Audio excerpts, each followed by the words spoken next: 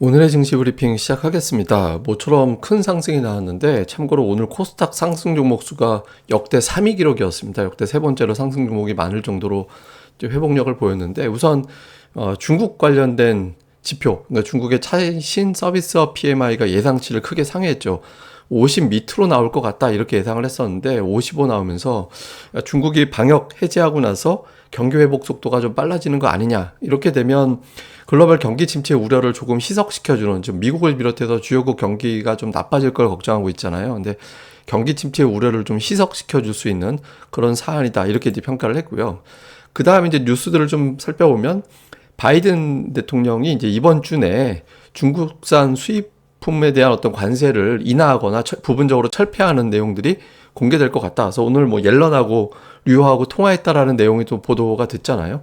그리고 이제 네 번째 뉴스 여기서 보시면 최근에 원자재 가격이 이제 급등을 했었는데 이게 꺾이는 조짐들이 나와서 인플레이션 정점 아니냐, 이런 어떤 기대감이 있다. 그러니까 월스트리트 저널에서 이런 보도가 나왔고 이게 오늘 증권가에 되게 많이 공유가 됐잖아요. 그러니까 이런 부분들이 시장을 좀 끌어올리는 그런 동력으로 작용을 했고요. 반면에 이제 조금 부담스러운 재료도 없진 않았는데, 예를 들면 우리나라 이제 금리 인상 관련해서 여기저기서 분석이 나오고 있거든요. 그 HSBC는 연내 한 3번 정도 올릴 것 같다. 또 이제 일부 오늘 로이터 보도에서는 이제 이번 금통위에서는 0.5%포인트 올릴 것 같다. 뭐 이런 내용들도 나왔고, 또 부담스러운 재료, 오늘 환율이, 증시는 올라갔는데 환율이 안 빠졌잖아요.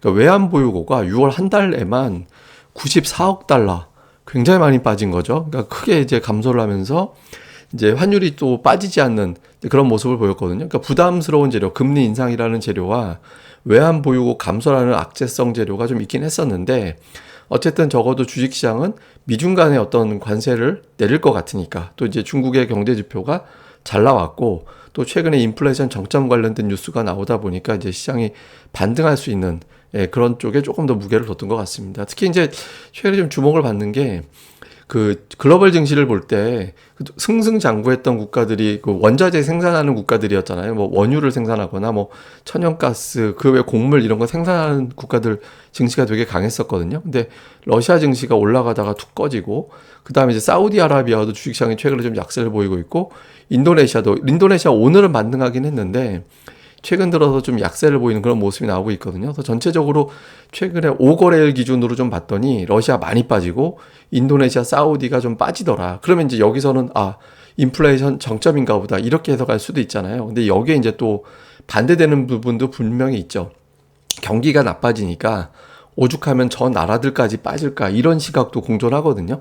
그러니까 이 공존하는 상황을 이제 인플레이션 정점이다라는 쪽으로 무게가 실리려면 오른쪽에 세 나라, 그러니까 인도, 대만, 우리나라, 이 세 나라 증시가 올라가지고 이제 왼쪽에 있는 세 나라가 빠지면 인플레이션 정점 쪽에만 무게가 실리는 거고, 다 빠져버리면 그게 아니라 경기 침체 쪽에 무게가 실리는 거기 때문에 여기 이렇게 좀 대칭이 되어 있는 국가들이 향후에 어떤 식으로 움직이는지 이 부분도 이후에는 좀 주목을 해봐야 될 것 같습니다. 그래서 두 가지가 다 되는 재료다라는 거. 그다음에 오늘 이제 수급에서 보면 외국인 기관이 매수를 했죠. 모처럼 동반 이제 순매수를 보였고, 특히 이제 기관 같은 경우는 거의 대부분이 순매수로 들어오는 모습을 보여서 이제 개인들이 매도를 했는데, 아쉬운 것도 지수가 올라가니까 또 풋은 팔아요. 외국인들이 이런 풋을 또 매수하는 그런 모습이 있었고, 또 외국인들이 대량 매수했다고는, 대량 매수는 아니지만 어쨌든 매수가 들어왔다고는 하지만 삼성전자를 안 사고 있거든요.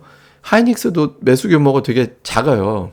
그러니까 삼성전자를 매수하지 않으면 외국인들이 진정한 순매수로 돌아섰다라고 보기가 어렵거든요. 그래서 아직까지는 좀 기술적 반등인가 보다, 이렇게 조심스러워하는 투자자들이 훨씬 더 많다라는 점, 그러니까 이 부분도 우리가 조금 주의를 좀 해야 될 것 같습니다.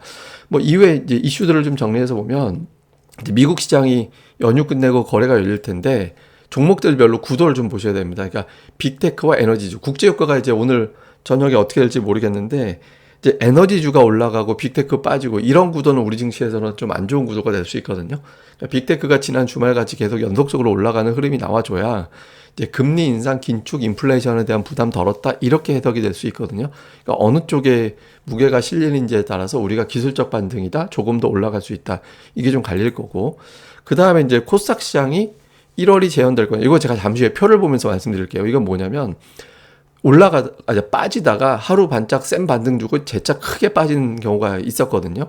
그러니까 이제 그런 어떤 구도가 다시 재현될 거냐, 아니면 기술적 반등이 조금 더 이어질 거냐, 요 구도 이제 제가 기준을 잠시 좀 말씀을 드릴 거고, 그 다음에 이제 원자재 국가, 아까 제가 말씀드렸던 거 있잖아요. 원자재 관련해서 강세를 보이던 국가들이 이제 제일 좋은 거, 그 나라들이 좀 부진하고, 다음에 그걸 수입하는 국가들, 우리나라, 대만, 인도 이런 나라들이잖아요. 특히 인도는 뭐 작년도 하반기 이후에 시가총액 1%에 해당되는 금액이 유출돼가지고 역대 최대 자금이 빠져나왔다, 이런 보도도 있었거든요.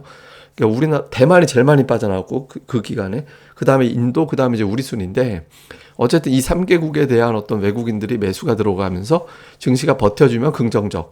근데 마저 빠지면 이거 경기 침체다. 경기 침체 때문에 원자재까지, 그 나라까지 빼는 거구나, 이렇게 될 수 있어서 요 부분도 좀 주목을 해봐야 될 것 같습니다. 그리고 오늘 움직인 건 게임, 제약, 2차 전지 이런 거 움직였는데, 이게 이제 그 게임하고 2차 전지 같은 경우에는 CFD 관련돼서 그 계좌가 활성화될 때 움직이는 종목들이거든요. 그래서 이 종목들이 연속적으로 올라가 줘도 뭐 나쁘진 않죠, 한편으로. 그렇지만 제일 중요한 건 전차 군단이 올라가서 글로벌 소비가 살아있다, 이걸 보여줘야 시장 구도가 좀 깔끔해지거든요. 그래서 그런 종목들이 움직이는지도 잘 봐야 될 것 같습니다. 그 다음에 제가 오늘 뭐 주말부터 제가 계속 주의 깊게 본 게 SK 하이닉스였잖아요. 그러니까 PBR 0.89배, 그러니까 2018년도 반도체 사이클 피크 때 바닥 나왔던 자리에서 올라갈 거냐. 근데 다행스럽게 하이닉스가 어제 오늘 그 자리에서 이제 돌려서는 모습이 나왔는데, 이제 뭐 마저 좀 올라가 주는지 여부도 좀 중요한 관전 포인트고, 하나 걱정스러운 거, 이게 지금 착각할 수도 있는 게, 추세가 오늘 외국인 기관이 샀으니까 이런 기대가 나올 수 있잖아요. 근데 이게 보시다시피 1월에 닷새 하락하고 하루 세게 반등 주고 더 세게 하락한 그런 사례가 있었거든요. 그러니까 그때 당시에도 반등하러 줄 때 외국인 기관이 동시에 샀었어요.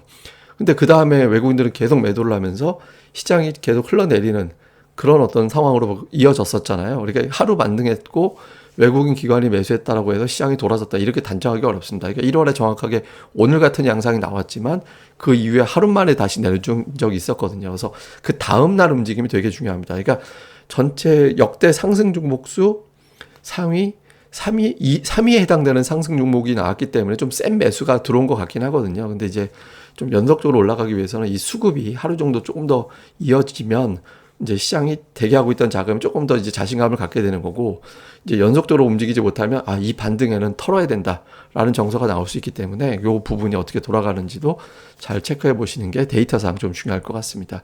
그리고 제가 가급적이면은 시장에 대한 어떤 그 전망을 얘기 안 하려고 하는데, 이제 그 차트 데이터 보여드리고 뭐 지지선 이런 거 보여드리다 보니까 너무 좀 좋게 얘가 좀 낙관론인가 보다, 이렇게 생각하시는 분들이 계셔서 그런 취지는 아닙니다. 그러니까 근데 가급적이면 그런 거 표현이 조금 잘못될 수도 있으니까 조금 더 조심해서 앞으로 설명드리도록 하겠습니다. 그럼 또 오늘 하루 잘 보내시고요. 또 이제 구독하기 또 많이들 부탁을 드립니다. 감사합니다.